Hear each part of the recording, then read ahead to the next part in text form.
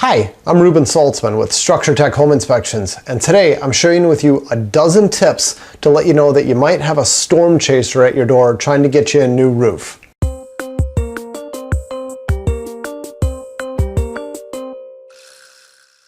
So I'm bringing up this topic because we just recently had a really big storm where there was a bunch of hail and a bunch of people's roofs got hit and everybody's walking outside and they're like, "That was one heck of a storm last night, don't you know?" And with that comes the storm chasers. And I'm talking about out-of-town contractors, out-of-town roofers who watch the weather maps, they look at the weather reports, they figure out where hail comes, and the minute that hail hits your roof, they are in their vehicle driving to your neighborhood from who knows how many states away to come get you a new roof and play the insurance game.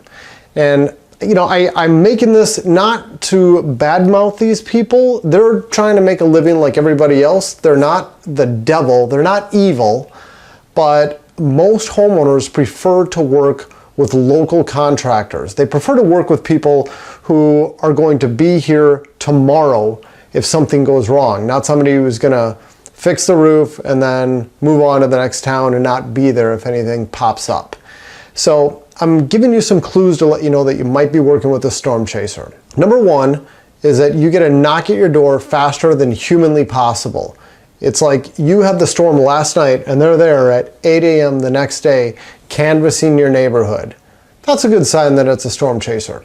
Number two is that they tell you that they're working with your neighbors. And you know, I should have probably made that number one, but it's the next thing that you're gonna see.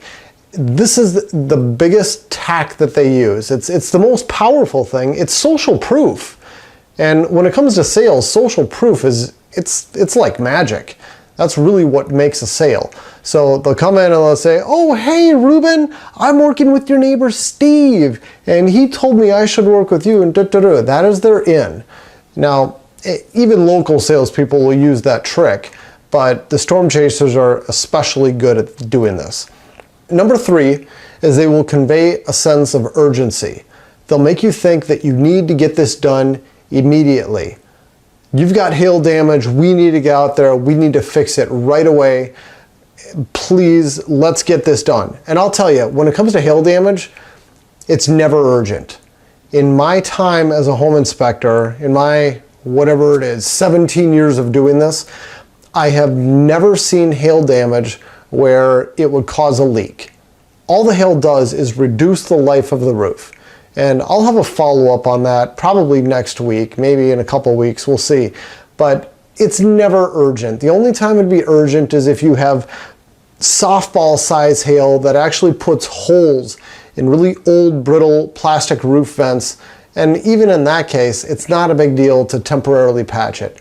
So don't listen to people trying to tell you that there's a sense of urgency. They're doing that because they're not going to be here tomorrow, and they want you to sign stuff right now.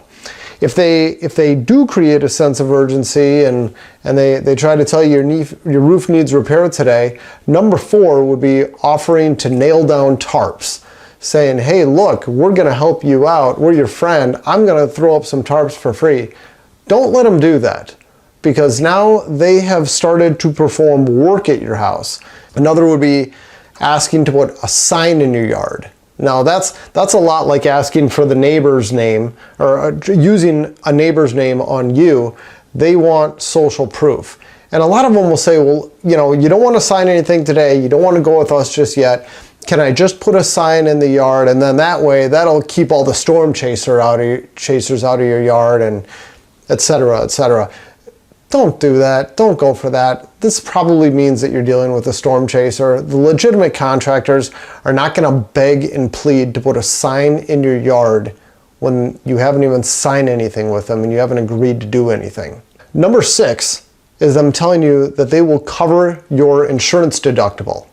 This is just plain old illegal. There's no getting around that. Even if they're giving you some type of kickback or some type of refund to cover any of that, they can't do that. So if anybody starts going down that path, you're dealing with someone shady, talk to somebody else. It's not legal to do that. If they come out and they want you to sign something right away, especially on their first visit, you're surely dealing with a storm chaser.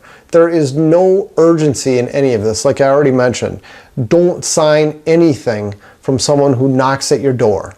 Do your homework first. Another would be they want you to call your insurance company. They want to get all the details of what your insurance covers. They want to know your deductible and what type of claims coverage you have. And they want you to get on the phone right now and start this claims process. Don't be making any phone calls with someone who comes knocking at your door. Number 9 would be bashing the competition. When they start talking trash about other contractors in this area, that's a good sign that they're not from around here. Number 10 would be they won't give you proof of damage. It's no big deal. I mean, if somebody wants to inspect your roof, go ahead and let them inspect your roof. Don't sign anything though. One of the tricks they'll use is they'll say, oh, here, just sign this. It's a permission slip giving me permission to look at your roof, to just give you a free inspection. And it's going to be filled with a ton of fine print, and you're basically committing to working with them. So don't sign anything like that. But if they do want to just come up and look at it, that's probably fine. You're probably safe doing that. But if they get off the roof and they tell you, and they will tell you, but if they get off the roof and they tell you, yeah, you got a bunch of damage, you got this wrong and this wrong and this wrong, and they don't want to give you a bunch of pictures of all of it, that's a red flag. That any good contractor is going to show you exactly what's going on. And you're not going to have to be scratching your head going, huh, that doesn't really look that bad. It should be obvious to you if it's serious damage, and they should be able to explain that. Another would be promising, this is number 11, would be promising you the world. Telling you, hey, we had a hailstorm come through last night, and not only can I get you a new roof, but I can work with your insurance agent and we can get you new gutters, and you got damaged wrap on your windows, so you need new windows, and it looks like you probably have some damaged siding, and I can get you all this stuff. And you might be thinking to yourself, huh, that sounds a little too good to be true. It is. It is too good to be true. I mean, there's extreme cases, but in a lot of cases, this is just a sales tack that out-of-town companies will use to promise people the world, and then you end up signing the contract to work with them because you get this idea they're going to do all this stuff for me, and then you file the insurance claim, your insurer denies it, yet you've already signed an agreement to work with the original person, so now you're stuck working with them, and they just kind of shrug and they go, oh, your insurance company is a jerk, I think it needs to be replaced. Oh well, let's take care of the roof. Yeah, those are shady tactics, promising a bunch of stuff that they shouldn't. And then the last one, this is number 12, would be the vehicle doesn't line up. The vehicle doesn't seem like a local contractor. And the 3 things you can look for, number 1 is lettering on the vehicle with a local phone number. Now, not all people, not all contractors are going to have that. Not all roofing salespeople are going to have that, even for local companies. So that doesn't make or break the deal. But when you see the local name, local phone number, that should make you feel better.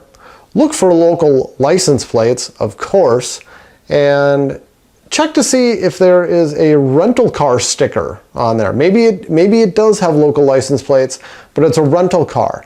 That should be a good sign that you're working with somebody from out of town. So that makes up my list of the 12 things you can do to spot a storm chaser. Thanks for watching. Take care.